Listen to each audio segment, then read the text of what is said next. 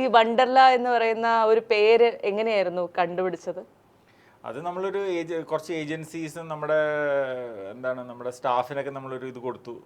ഒരു കോമ്പറ്റീഷൻ പോലെ നമ്മൾ പുതിയൊരു പാർക്ക് തുടങ്ങുന്നുണ്ട് ബാംഗ്ലൂർ, എന്തായിരിക്കണം പേര്. അപ്പോൾ കുറേ പേര് എനിക്ക് വണ്ടർലാൻഡ് എന്നുള്ള പേര് കുറേ പേര് വന്നു. ഈ വണ്ടർലാൻഡ്, ആ വണ്ടർലാൻഡ്, അങ്ങനെ. പക്ഷെ വണ്ടർലാൻഡ് എന്നുള്ളത് ഒരു എന്താ പറയുക, ഇറ്റ്സ് എ വാക്കാണ്. അപ്പോൾ ആ വാക്ക് ട്രേഡ് മാർക്ക് ചെയ്യാൻ പറ്റില്ല. I think one of our agencies then came up with ഈ ലാൻഡിന്റെ ND മുറിച്ച് വണ്ടർലാക്കിയാലോ. അപ്പൊ അങ്ങനെയാണ് അതിൻ്റെ അത് വന്നത്. ഇപ്പൊ വി ഗാർഡിൽ നിന്നും വി സ്റ്റാറിൽ നിന്നും വണ്ടർലയിൽ നിന്നും ഒക്കെ മാറി നിന്ന് ഇതിനെ ന്യൂട്രൽ ആയിട്ട് കാണുന്ന ഒരു ഫാമിലി മാൻ എന്നുള്ള നിലയിൽ ഇതിൽ ഏതിലായിരിക്കും സാറിന് കൂടുതൽ ഒരു സന്തോഷം കിട്ടുന്നത്? അല്ല, ഞാൻ നേരത്തെ പറഞ്ഞ മാതിരി ഇതെല്ലാം സെക്കൻഡ് ജനറേഷന് കൈമാറിയതിന് ശേഷം ഞാൻ നേരത്തെ പറഞ്ഞ പോലെ ഞാൻ കുറച്ച് അൺഎംപ്ലോയിഡായി. അങ്ങനെ വന്നപ്പോഴാണ് ഞാൻ വീണ്ടും ഒരു ബിസിനസ്സിലേക്ക് ഇറങ്ങി. നിങ്ങൾ അറിയുമെന്നറിയില്ല, വീഗാലാൻഡ് ഡെവലപ്പേഴ്സ് കൺസ്ട്രക്ഷൻ ആക്ടിവിറ്റി.